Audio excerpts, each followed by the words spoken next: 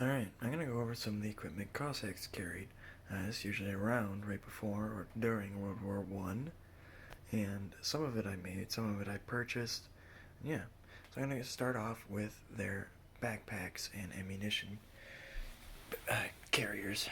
So, right here, got a canvas one, little rubber buttons, got two little segments on the inside. Over here, on the belt, you would have two of these, and this has a replica of the Imperial Russian belt buckle. They had smaller ones that didn't have all the fancy brass on it. It just looks like a normal belt buckle. And these also have two little segments on the inside. If I can open it up, so you can see, holds ammunition. You put your little stripper clips in for your Mosin. And then we have a backpack I made from cowhide. This one's kind of fantasy, kind of similar to the one they would have had, but this is like a really older version. Would have been like 1840s, 1860s at the latest. As you can see, it's made from cowhide. Just one big pack. This one's like actually, I believe it's 4 inches taller than the original should have been. And, you know, I set up the corners a little bad there. Anyway, we'll go on to the other equipment in a minute. But these are, I believe these ones are called Spogi, or those are the World War II ones, but these are World War One. They're made from leather, very expensive. But yeah, they go up to the knee. The later ones would go below the knee. Yeah, made with leather, real fine boots. They got, here, I'll show you. I don't know if you can see that very well, but they got little iron hobnails on the bottom. Really nice, really comfy to wear when you're not walking on pavement. But anyway, over here I got a bash sleeve that I'm making. It's not done yet. As you can see, the little tan trimming there, it's supposed to go all along all the sides, and I gotta get more trimming to go around those little flaps. I'll probably do a separate video on that. Anyway, here's my cowhide vest I made.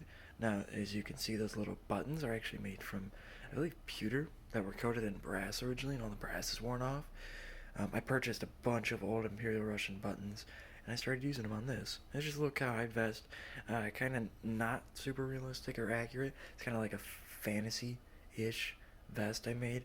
I don't know. I just figured it looked neat for like maybe a Russian peasant look to wear. Then I got my Cossack hat.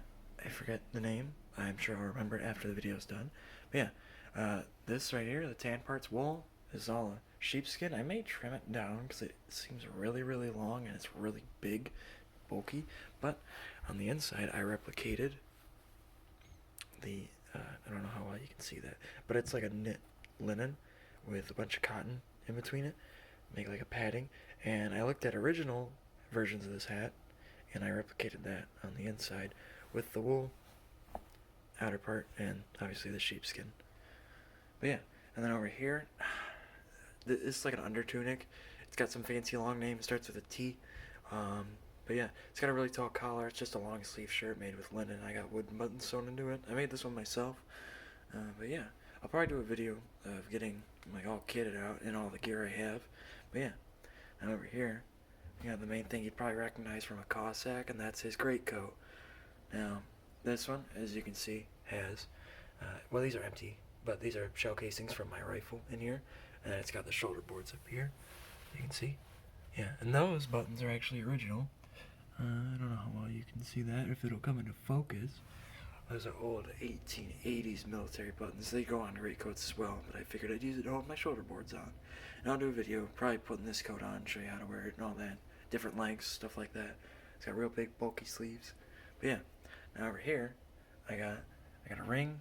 It has the crest on it of Imperial Russia.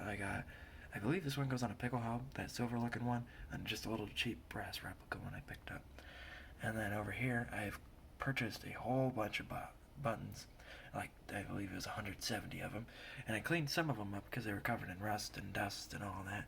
And as you can see, here's one of the brass buttons. It's a little bent up in the back, but not too bad. One brass button there you wear on your greatcoat. Here's another one of the pewter ones. So this is one of those brass buttons here, but all the brass is worn off. It is dipped, or I believe coated in brass. It's just the same kind of button, but it's all been worn off. But yeah, and just some more random, I believe possibly civilian buttons or under tunic buttons. Yeah, there's this great big one here. I honestly don't know what this one's for, but I'll definitely have to look into that. It's super cool. And then we're going to go into weapons here in a minute, but spare shoulder boards. These are from the Russian Expeditionary Corps that went into France. given a bunch of, I believe, lapels and Berthier rifles and like that, because Russia was short on firearms. Another one of those canvas ammunition pouches, and then this is a real long stretch here, but this is a British 1851 Dean Adams revolver and 50 caliber. Now, during the Crimean War, obviously weapons would have been picked up off the battlefield sometimes. Now, so I'm going on a limb here and saying I'm a Cossack that picked this up off a Crimean War battlefield, if I do like reenactments and stuff. But yeah, it's just a very cool firearm to have. It's one of the first, I believe, double action revolvers ever made, and by golly, it's in 50 caliber, so I enjoy that greatly. I've shot it before, probably post more videos on that, and then I made the holster behind it for it. I'm not very good at making holsters. It's my first one I ever made, so I'll probably make a better one later on. Anyway, now over here we got the rifle. This is a Berthier carbine, made in 1907. It's been changed over the years. It was a little longer. It's been cut down. And this is a Mauser 1905 Engineer carbine nose cap on it.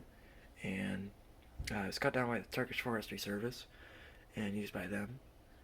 But yeah, I'll do a longer video on this, I'm sure. I think I did a video earlier on it as well.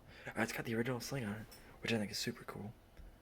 And then we have a couple of clips for it. Yes, it actually uses clips, 3-round clips, and there's a 5-round clip. But this one's only used for 3-round clips. If it was a 5-rounder, you'd have a little metal thing coming out here like that. And then we have the sword. Now, this is an 1881 Dragoon saber. Now, if you can see right there, and there, and there, that would actually have your Mosin bayonet, which I thought was pretty neat. But yeah, during World War I, the infantry was required to have their bayonets fixed at all times. Now, I'm not sure if that one's a big old myth or not, but it's been going around a lot, so obviously it must be true, right? Everything on the internet's true. Anyway, this one's a replica, real fancy, high-quality replica. I'll probably do a video on how it was used. I learned some of the sword techniques actually used with this saber, if on horseback and on foot, so that was pretty neat. But yeah, that's just an overview of some of my equipment I have for Cossack. Thank you very much for watching. See you around.